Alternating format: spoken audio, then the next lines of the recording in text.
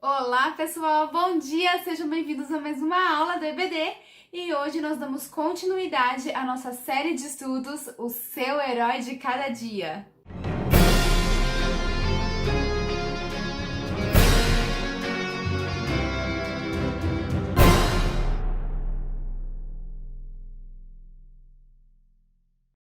Bom, então hoje o nosso episódio é sobre o nosso guerreiro, o nosso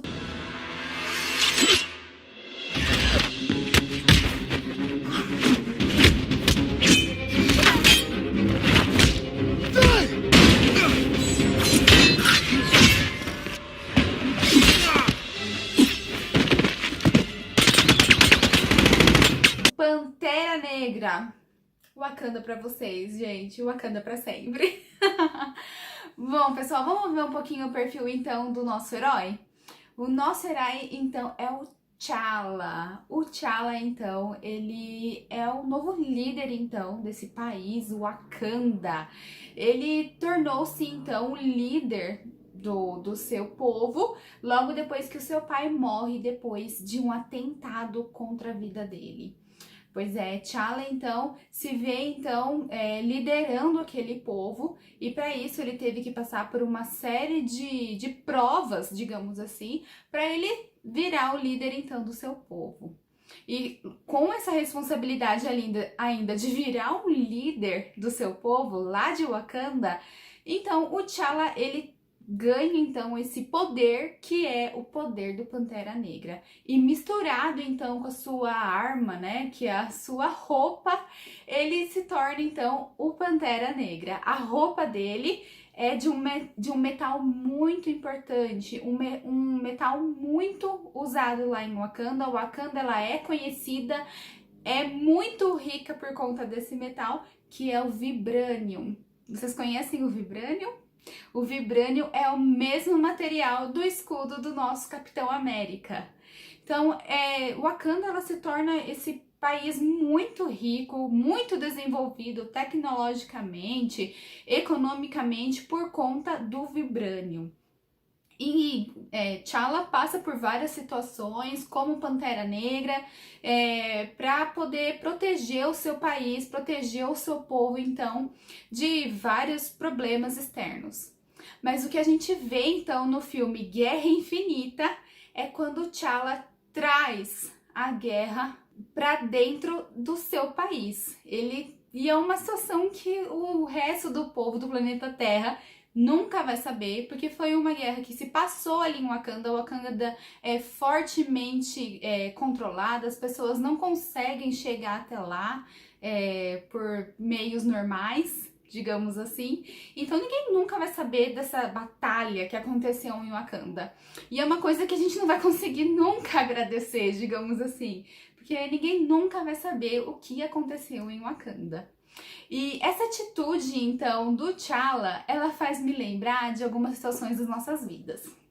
Mas você sabe que a gente tem passado por uns momentos aqui que a gente tá passando por um momento na internet de falsa modéstia, digamos assim, né? Falsa humildade. As pessoas, elas ficam postando atitudes, boas ações, doações, aquelas fotos segurando uma comida, dando um dinheiro para um mendigo, mostrando práticas de boas ações, assim, que elas ficam postando nas redes sociais, nas mídias, ficam comentando com as pessoas, e a atitude dessas pessoas, elas, muitas vezes, elas querem alguma coisa em troca. Mas você sabe o que essas pessoas têm direito, o que elas merecem por troca de essas boas ações que elas estão fazendo? Nada. Vamos dar uma olhadinha lá em Mateus? A gente vai abrir a nossa Bíblia. Lá em Mateus, capítulo 6. Mateus, capítulo 6, versículo 1. Vamos lá?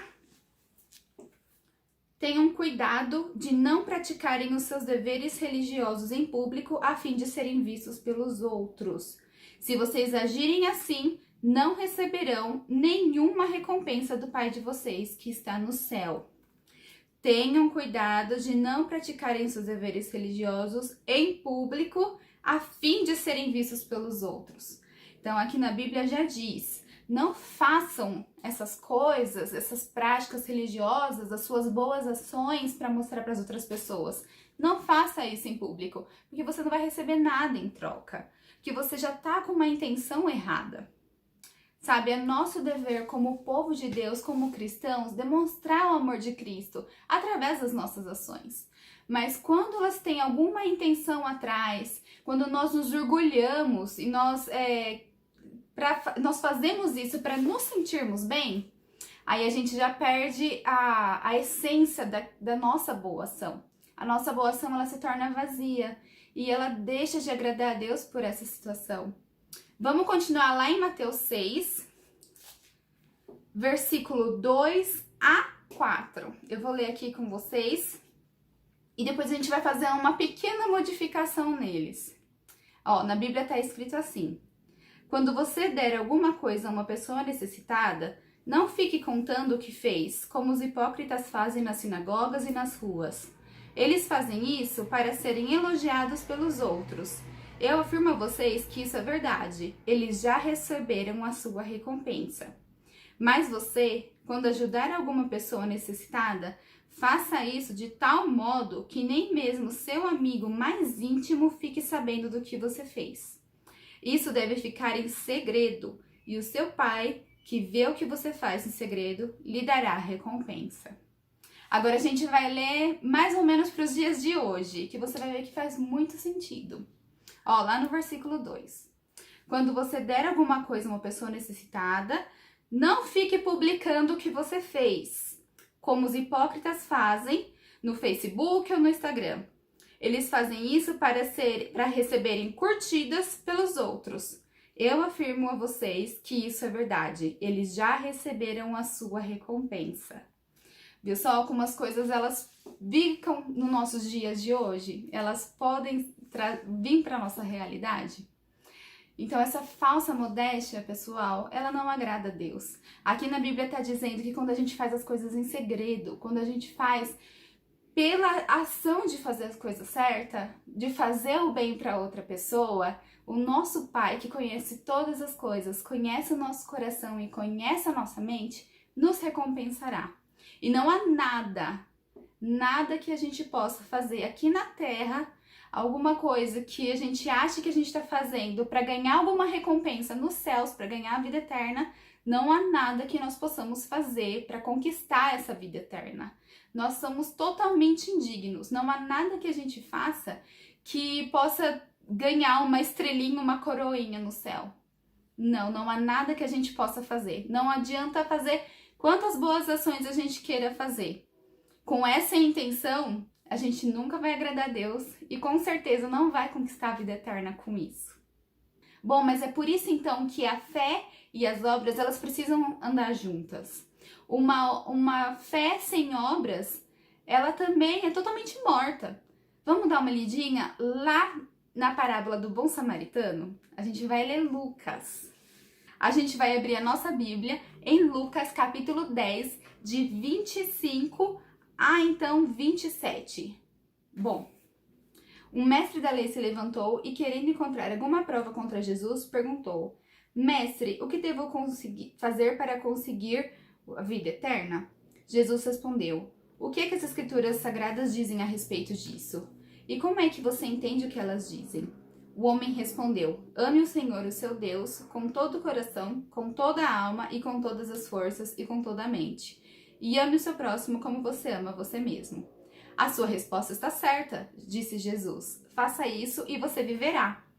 Porém, o mestre da lei, querendo se desculpar, perguntou: Mas quem é o meu próximo? Jesus respondeu assim: Um homem estava descendo de Jerusalém para Jericó. No caminho, alguns ladrões o assaltaram, tiraram a sua roupa, bateram nele e o deixaram quase morto. Acontece que um sacerdote estava descendo por aquele mesmo caminho. Quando viu o homem, tratou de passar pelo outro lado da estrada. Também um levita passou por ali. Olhou e também foi embora pelo outro lado da estrada. Mas um samaritano que estava viajando por aquele caminho chegou até ali. Quando viu o homem, ficou com muita pena dele. Então chegou perto dele, limpou seus ferimentos com azeite e vinho e em seguida os enfaixou. Depois disso, o samaritano colocou-o no seu próprio animal e o levou para uma pensão, onde cuidou dele. No dia seguinte, entregou 2 moedas de prata ao dono da pensão, dizendo: tome conta dele. Quando eu passar por aqui na volta, pagarei o que você gastar a mais com ele. Então Jesus perguntou ao mestre da lei: na sua opinião, qual desses 3 foi o próximo do homem assaltado? Aquele que o socorreu, respondeu o mestre da lei. E Jesus disse: pois vá e faça a mesma coisa. Pois então, pessoal, aqui não adianta você ser mestre da lei. Aqui a parábola explica como a gente pode demonstrar o nosso amor ao próximo. Quem é o nosso próximo? E aqui, então, a questão da fé, ela tá muito ligada à obra aqui. Não adianta eu ser mestre da lei, eu ser um sacerdote, eu ser um levita, sendo que quando eu tenho oportunidade de, então, ajudar o meu próximo, eu não fazer nada. Não adianta eu ler a Bíblia várias vezes, não adianta eu ir para a igreja e assistir o culto, ser sempre frequente, assistir as aulas da EBD e tudo mais, sendo que as minhas atitudes, elas são mortas também. Quando uma pessoa tem uma necessidade, ou então quando uma pessoa está passando por algum problema, eu chego para a pessoa e falar: vai lá, Deus te abençoe, fique com Deus, Deus vai te ajudar, acredite nisso. Isso não adianta. A minha fé, ela fica morta. Por isso que os dois, ele é muito importante.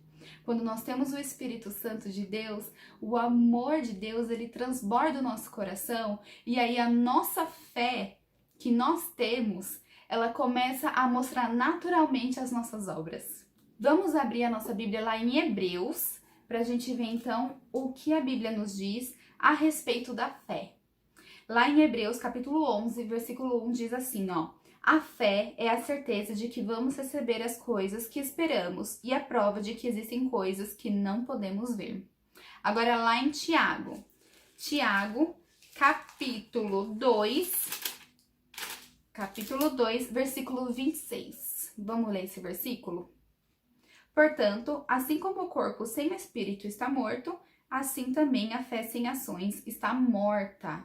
Viu só como elas andam juntas? Quando nós temos uma fé e nós temos o Espírito Santo dentro do nosso coração, as coisas acontecem naturalmente. E naturalmente nós fazemos obras e atitudes que demonstram a nossa fé. Por isso que elas andam juntas. Vamos voltar um pouquinho lá em Tiago capítulo 2, versículos de 15 a 16. Ó, a Bíblia diz assim: por exemplo, pode haver irmãos ou irmãs que precisam de roupa e que não têm nada para comer. Se vocês não lhes dão o que eles precisam para viver, não adianta nada dizer que Deus o abençoe, vistam agasalhos e comam bem. Bom, aqui é um exemplo claro de uma fé sem obras. E nós também temos exemplos de obras sem fé. Eles andam juntos. Bom, então aqui na aula de hoje a gente aprende que não adianta a gente buscar as obras por fazer obras. Não adianta a gente buscar fazer obras para que a gente se sinta bem. Sabe quando a gente diz: ah, é tão bom a gente ajudar, fazer parte do Ação Central, ajudar em algum ministério, faz tão bem para mim. Não, na verdade, a gente está fazendo isso porque nós temos essa responsabilidade, esse dever de amar o nosso próximo. E então a nossa fé, ela demonstra naturalmente, as obras são uma consequência natural da nossa fé. Dessa forma, a gente não precisa ficar forçando atitudes, forçando obras. Elas virão e demonstrarão a nossa fé para as outras pessoas. Pessoal, essa foi a aula de hoje. Muito obrigada, um beijo grande e até a próxima. Ah, e sobre o spoiler da semana que vem, deixa eu ver aqui. Não, tá errado isso daqui. Isso aqui tá certo? Mas ele nem é desse universo.